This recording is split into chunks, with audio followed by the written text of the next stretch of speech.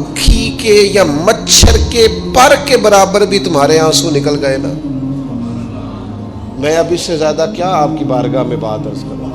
حضور فرماتے ہیں ایک مکھی اور مچھر کے پر کے برابر بھی تیری آنکھ سے آنسو نکل آیا، شرط یہ ہے نکلے ریاکاری کے لیے نہیں، نکلے اللہ کی رضا کے لیے، اس کی خشیت میں نکلے۔ فرمایا اگر مکھی کے پر کے برابر بھی تو رو پڑا تو اللہ تعالیٰ تیرے لیے دوزخ سے آزادی لکھ دے گا۔ اور نبی پاک صلی اللہ تعالیٰ علیہ وسلم نے بیان فرمایا ہے، حضور فرماتے جو اللہ کے خوف سے رو پڑے نا، جس طرح بھینس بکری گائے کے تھنوں سے نکلا ہوا دودھ دوبارہ تھنوں میں نہیں نہ جاتا، اسی طرح جو رب کی یاد میں رو پڑے وہ دوزخ میں نہیں جاتا۔ یہ مثال دیکھیں کیسی دی حضور نے سمجھانے کی۔ اگر کبھی رونا آئے اس کے لیے تنہائی کا انتخاب کریں، مجمع میں نہیں۔ ایک بندے کو حضرت عمر نے مجمع میں روتا دیکھا تو فرمایا یہ کام تو اکیلے میں کرتا، تیرے لیے برکت والا ہوتا، تیرے آنسو نکلے، تیرے رخساروں پہ بہے۔ اور شیر خدا تو شیر ہے نا، حضرت مولا علی شیر خدا فرماتے ہیں اگر تیری آنکھوں سے کبھی آنسو نکلے نا اللہ کی یاد میں، حضور کی محبت میں، تو فرمایا ان آنسوؤں کو پوچھنا نا، ان کو چہرے سے صاف نہ کرنا، یہ تو آنسو اس قابل ہیں کہ تیرے رخساروں پہ رہیں، یہ تو روشنی ہے تیرے چہرے کی، ان کو پوچھنا نا۔ حضرت علی رضی اللہ تعالیٰ عنہ نصیحت کرتے ہیں انہیں رہنے دے، یہ آنسو بڑا قیمتی ہے، یہ نکلا تیری آنکھ سے ہے پر کسی کا ہو کے نکلا ہے، نکلا تیری آنکھ سے ہے پر کسی کے لیے نکلا ہے، نکلا تیری آنکھ سے ہے پر اس نے تجھے بتایا ہے کہ تیرے وجود میں، تیری دھڑکنوں میں، تیرے جذبات میں کسی اور کا بھی حصہ ہے۔ یہ رب رسول کی رضا کے لیے چھلکا ہے۔ ایک بھی رونے والا ہو تو باقیوں کا کام بھی سنو نا، حدیث ہے بہقی شریف میں، حضرت حیثم بن مالک رضی اللہ تعالیٰ عنہ فرماتے ہیں نبی پاک علیہ السلام خطبہ دے رہے تھے، تقریر فرما رہے تھے، حضور کی باتیں دلوں کے میل کچیل اتارتی چلی جا رہی۔ فرماتے ایک شخص نبی پاک علیہ السلام کے سامنے بیٹھ کر حضور کی گفتگو سن رہے تھے، وہ رو پڑے، ساری گفتگو چھوڑ کے نبی پاک صلی اللہ تعالیٰ علیہ وسلم کی توجہ اس شخص کی طرف ہو گئی۔ ہوا کیا ہے؟ وہ تقریر سنتے، بات سنتے بس رو پڑے۔ تو نبی پاک علیہ الصلوۃ والسلام فرمانے لگے آج اگر وہ سارے مومن بھی یہاں موجود ہوتے جن کے گناہ پہاڑوں کے برابر وزنی ہوتے تو اس ایک بندے کے رونے کی وجہ سے اللہ سب کی بخشش فرما دیتا۔ اور نبی پاک علیہ الصلوۃ والسلام فرمانے لگے یہ رویا ہے تو اس کے رونے پر فرشتے بھی روئے ہیں، اور فرشتے دعا کر رہے ہیں کہ اے اللہ یہ جو نہیں روتے نا ان کے حق میں ان کی سفارش قبول کر لے جو تیری بارگاہ میں روتے ہیں۔ توبہ رٹا لگانے کا نام تو نہیں نا، توبہ تو اللہ کو منانے کا نام ہے۔ ایک شخص اپنے گناہ چھوڑنے کا ارادہ ہی نہیں کر رہا اور وہ اپنی غلطی کو غلطی تسلیم ہی نہیں کر رہا اور اپنی غلطیوں سے وہ پیچھے ہٹنے کو دو قدم بھی تیار نہیں، تو توبہ کوئی رٹا لگانے کا نام تو نہیں۔ آپ توبہ طوطے کو رٹا دیں تو طوطا توبہ توبہ پکارتا رہے تو اس کو وہ چیز تو نہیں حاصل ہونے لگی۔ توبہ ایک بڑی خاص بات صوفیاء نے لکھی ہے، اگر آپ سمجھیں تو بڑا نفع دے گی۔ وہ کہتے ہیں جس طرح گھر چھوٹا بنانا ہو یا بڑا بنانا ہو، زمین تو درکار ہوتی ہے کہ نہیں؟ زمین ہوگی تو گھر بنے گا، چاہے وہ چھوٹی سی کٹیا بنے یا بہت بڑا محل بنے، زمین کا ہونا ضروری ہے۔ اسی طرح آپ نے نیک اعمال تھوڑے کرنے ہیں یا زیادہ کرنے ہیں، توبہ کا ہونا ضروری ہے۔ توبہ وہ زمین ہے جس کے اوپر آپ نیک اعمال تعمیر کریں گے۔ اگر توبہ نہیں ہے تو پھر کوئی بھی نیک عمل آپ کے پاس ہو ہی نہیں سکتا۔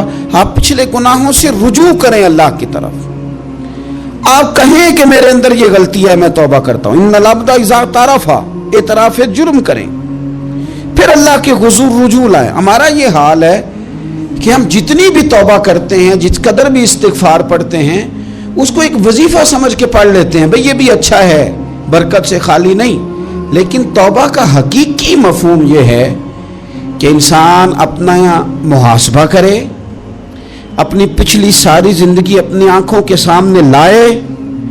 اگر وہ سمجھتا ہے کہ اس حال میں مر گیا تو میرے لیے مشکل ہوگا منہ دکھانا اللہ رسول کو، تو پھر وہ فوراً سے پہلے اپنے گناہوں سے رجوع کرے اور اللہ کے حضور توبہ کرے.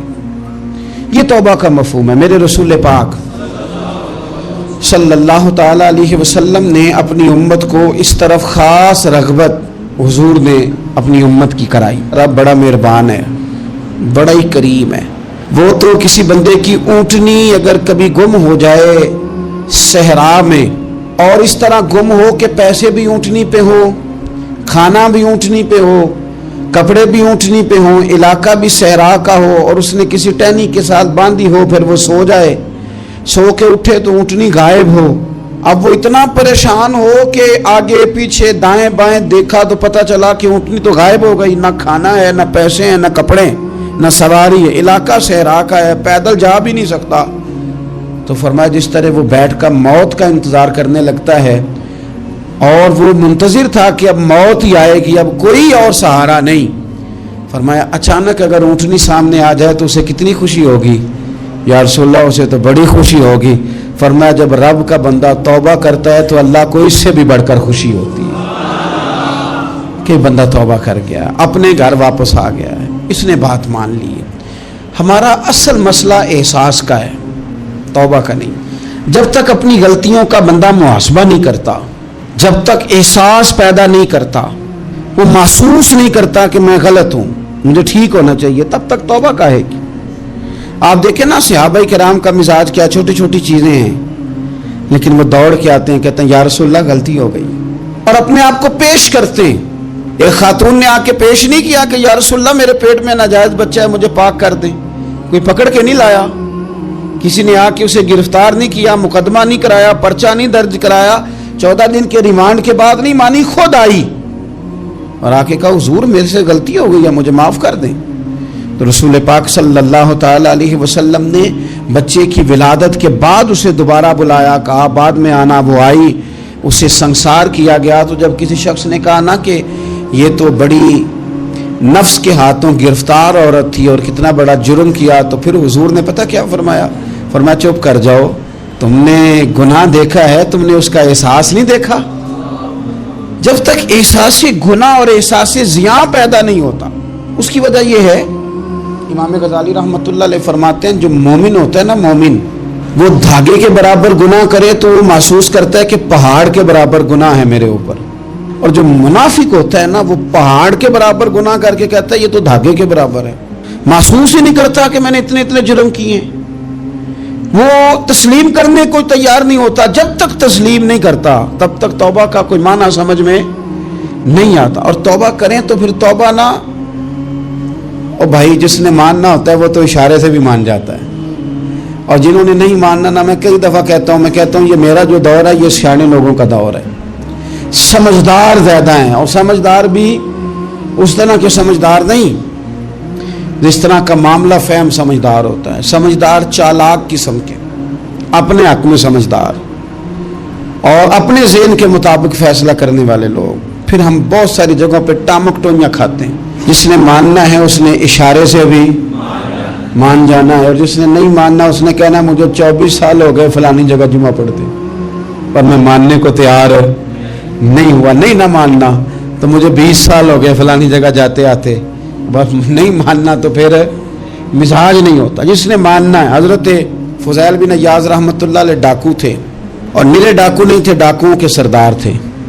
تو ارشاد فرماتے ہیں کہ میرا طریقہ یہ تھا کہ میں ایک پورے قافلے کی صورت میں حملہ کرتا تھا تو لوگ ڈرا کرتے تھے اگر کہ فضیل بن عیاض کے ڈاکوؤں نے حملہ کیا تو پھر نہیں بچتے. ایک دن گزر رہا تھا تو ایک قاری صاحب آیت پڑھ رہے تھے, لا تقنطوا من رحمت اللہ, اللہ کی رحمت سے کبھی نا امید نہ ہونا. ان اللہ یغفر الذنوب جمیعا, بے شک وہ سارے گناہ معاف کر دے گا. آپ فرماتے ہیں میرے دل میں بات اثر کر گئی. ماننا ہے نا, اس نے نہیں ماننا, اس نے 6666 آیتوں کا ترجمہ پڑھ کے بھی توجہ نہیں کرنی. آپ ارادہ کریں نا, آپ اپنی دل کی زمین کو زرخیز بنائیں. فرماتے ہیں میں فوراً وہ آیت سنی تو میں رویا, اور میں وہ حافظ صاحب کے پاس چلا گیا, ان سے اجازت لی, ان کے کمرے میں داخل ہوا. میں نے کہا آپ نے بھی آیت پڑھی ہے کہ اللہ سارے گناہ معاف کر دے گا. تو جس بندے نے کئی سال ڈاکے ڈالے ہوں, بیٹیاں روتی رہتی ہوں پر وہ مال لے کے آ گیا ہو,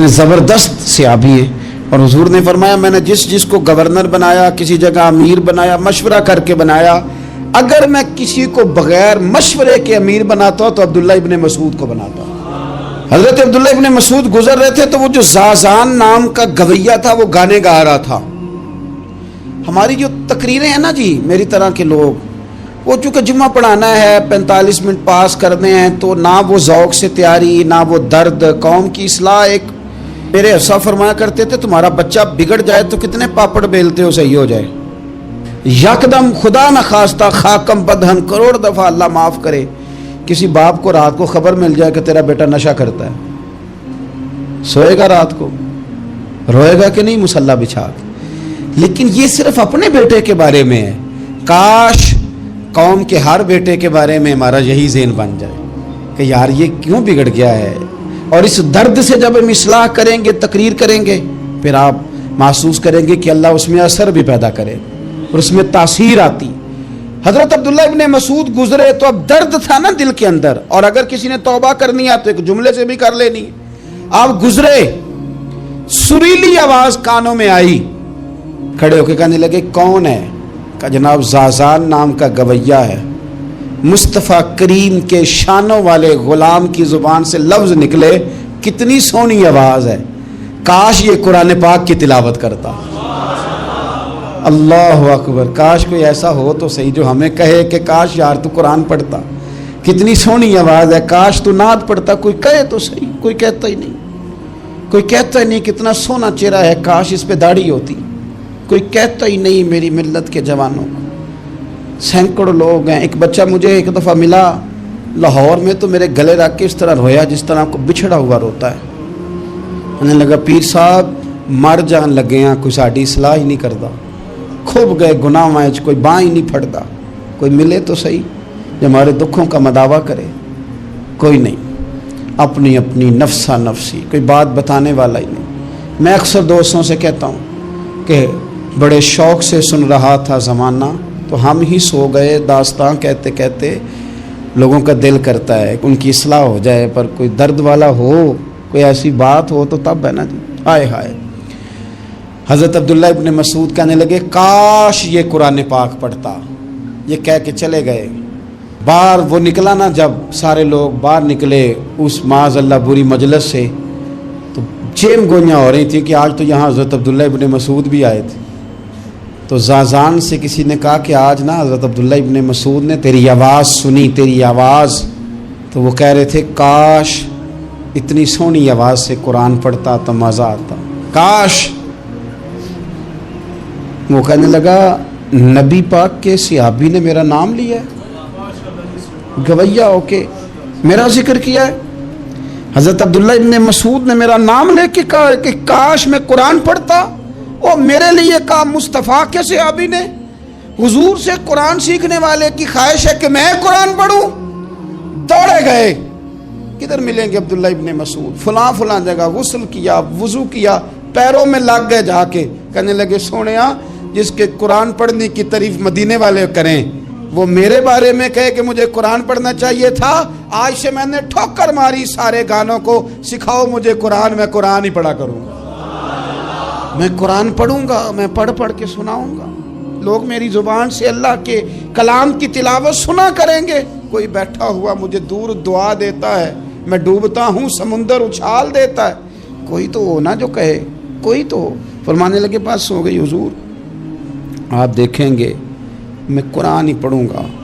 میری زبان سے اب اللہ کی کتاب کی تلاوت ہی ہو گئی, طے ہو گئی بات. تو کسی نے نصیحت لینی ہے توبہ کے لیے تو ایک جملہ بھی کافی ہے, ایک جملہ بھی. اور میں نے کہا کہ اگر صرف تقریریں سننی ہیں, واعظ ہی سننے, اور ساری زندگی اسی پہ لگانی ہے کہ آج بڑا جملہ کا, آج بڑا مزہ آیا, آج فلانی بات او ہو پہلی دفعہ سنی, کچھ قرضے دے کے جان چھوٹے گی, اس کے بغیر جان نہیں چھوٹتی. اپنی قضا نمازوں کا حساب لگائیں اور ان کو نا صحیح کر کے ادا کریں. ایک مسئلے میں بڑی دیر سے دوستوں کو اشارے کنایتاً باتیں کہہ رہا ہوں, پھر کہتا ہوں. میں نے شب برات کو تفصیل سے یہ بات کی تھی, پھر کرتا ہوں. اپنے معاملات کو صاف کریں, لینے دینے کے مسائل میں اپنے آپ کو ایک میں منت کے ساتھ بات کرنے لگا ہوں اپنے دوستوں سے، خدا را کبھی بھی بڑے سے بڑا کام کرنا یا چھوٹے سے چھوٹا کرنا، اس میں سود کا کوئی نقطہ نہ آنے دینا۔ آپ کا دل سخت کر دے گا، آپ کے آنسو لے جائے گا، کچھ نہیں بچے گا۔ اس طرح پیشاب کا ایک قطرہ کئی من دودھ کو تباہ کر دیتا ہے، یہ سود آپ کے اصل مال۔ خدا را، یہ میری منت ہے، میری گزارش ہے۔ میں ان دوستوں کو جانتا ہوں، مجھے لگتا تھا کہ یہ ولایت کا رستہ طے کریں گے، لیکن چلے کچھ جگہ مجبوریاں ہوتی ہیں، کچھ معاملات ہوتے ہیں، لیکن کوئی ایک آدھ نقطہ ایسا آتا ہے بیچ میں، وہ لے جاتا ہے ساری چیزیں۔ نبی پاک علیہ الصلوۃ والسلام نے فرمایا، بندہ بڑا سفر کر کے آتا ہے، بکھرے بال، بری حالت، رو کے دعائیں مانگتا ہے، یا اللہ یا اللہ یا اللہ کہتا ہے، اور اللہ اس کی دعا قبول نہیں کرتا۔ سونیا آپ کہہ رہے ہیں رحمت للعالمین ہو کے کہ رب قبول نہیں کرتا۔ حضور نے فرمایا اس نے پہنا بھی حرام پیسوں کا، کھایا بھی حرام پیسوں کا، پیا بھی حرام پیسوں کا، جتنی مرضی مانگے پھر مالک اس کی دعاؤں کو مستجاب۔ ہمارا ایک تو ہے اپنا عمل، ایک ہے توبہ، ایک بات کی اعمال۔ ہم نے ایک آخری بات یہ آپ سے کرنی ہے کہ ہمارے ذمے جس طرح ہمارے بچوں کی ڈیوٹی ہے نا، بیوی کا نان نفقہ خامند کے ذمے ہوتا ہے، ماں باپ بوڑھے ہوں تو ان کی ڈیوٹی اولاد کے ذمے، اسی طرح قیامت تک نبی کوئی نہیں آئے گا، دین کی جو ڈیوٹی ہے وہ نبی پاک کی امت نے ادا کر دی۔ اور اللہ کیا فرماتے ہیں قرآن مجید کی سورہ محمد صلی اللہ تعالی علیہ وسلم، اللہ فرماتے ہیں، یا ایھا الذین آمنوا ان تنصروا اللہ ینصرکم، اے ایمان والو اگر تم اللہ کے دین کی مدد کرو گے تو اللہ تمہاری مدد کرے گا، وَيُثَبِّتْ أَقْدَامَكُمْ، اور اللہ تمہارے قدموں کو جما دے گا، یعنی تمہیں مضبوط کر دے گا، تم مضبوط سے مضبوط ہوتے جاؤ گے۔ شرط کیا ہے؟ ان تنصر اللہ، اگر تم اللہ کے دین کی مدد کرو۔ اپنے مزاجوں میں نا اللہ کے دین کی مدد کا ذوق پیدا کریں۔ وَالَّذِي أَرْسَلَ رَسُولَهُ بِالْهُدَىٰ وَدِينِ الْحَقِّ لِيُظْهِرَهُ عَلَى الدِّينِ كُلِّهِ، میں پوری دنیا کے مسلمان حکمرانوں کو یہ بتانا چاہتا ہوں کہ یہ جو میرے نبی پاک کا دین ہے نا، یہ دبنے نہیں آیا، یہ غالب ہونے کے لیے آیا ہے، اور اسلام کی فطرت میں قدرت نے لچک دی ہے، اتنا ہی یہ ابھرے گا جتنا کہ دبا دو گے۔ کیا سمجھتے ہیں اسرائیل کے گنڈے کہ وہ مسجد اقصیٰ میں نمازیوں کو تنگ کر کے تو وہ کہیں گے کہ ہمیں پوچھنے والا کوئی نہیں؟ اسلام کی فطرت میں قدرت نے لچک دی ہے، اتنا ہی یہ ابھرے گا جتنا کہ دبا دو گے۔ بانجھ نہ سمجھا جائے اس امت کو، بس یہ جو مسلمان حکمران ہیں یہ اتنی بات سمجھ لیں کہ تم جب ان یہودیوں سے، کافروں سے معاہدے کرتے ہو تو تمہیں تو کچھ خیال نہیں آتا، تم تو صرف دنیا داری دیکھ کے چلتے ہو۔ کاش بال بچہ دیکھتے ہوئے، مال دیکھتے ہوئے، ملک اور زمین دیکھتے ہوئے تم ایک دفعہ اللہ کا دین بھی دیکھو۔ یہ تمہاری ذمہ داری ہے، یہ نبی پاک نے ڈیوٹی لگائی ہے۔ اپنا اپنا کردار ہمیشہ دین کے لیے پیش کریں، اپنا اپنا کردار، وہ ضروری نہیں کہ چندے کی صورت میں ہی ہو۔ آپ کسی بے نمازی کو نماز کا مشورہ دیں، آپ نے دین کی خدمت کی۔ آپ نے ماں باپ کے نافرمان کو فرما برداری کا مشورہ دیا تو آپ نے دین کی خدمت کی۔ اگر آپ نے کسی بندے کو کہا یار تیرا قرآن پاک ٹھیک نہیں، چل قاری صاحب کے پاس، تیرا تلفظ ٹھیک ہونا چاہیے، کو آدھا گھنٹہ نکال کے سیکھ لے، یہ لفظ کہنے سے ہی آپ نے دین کی خدمت کی۔ میرے نبی پاک صلی اللہ تعالی علیہ وسلم نے فرمایا ایک جملہ بول کے جو دین کی دعوت دے گا، ایک جملے پہ اللہ 1,000 سال۔ اگر آپ نے یہاں تک دیکھا ہے تو سمجھ لیجئے کہ اللہ نے آپ کو کچھ سمجھنے کے لیے چانا ہے۔ یہ وقت ہے عمل کا، لائک اور سبسکرائب سے زیادہ ضروری ہے اپنی زندگی کو بدلنا، اور اگر ویڈیو پسند آئے تو ایک عبادت سمجھ کر آگے ضرور شیئر کریں۔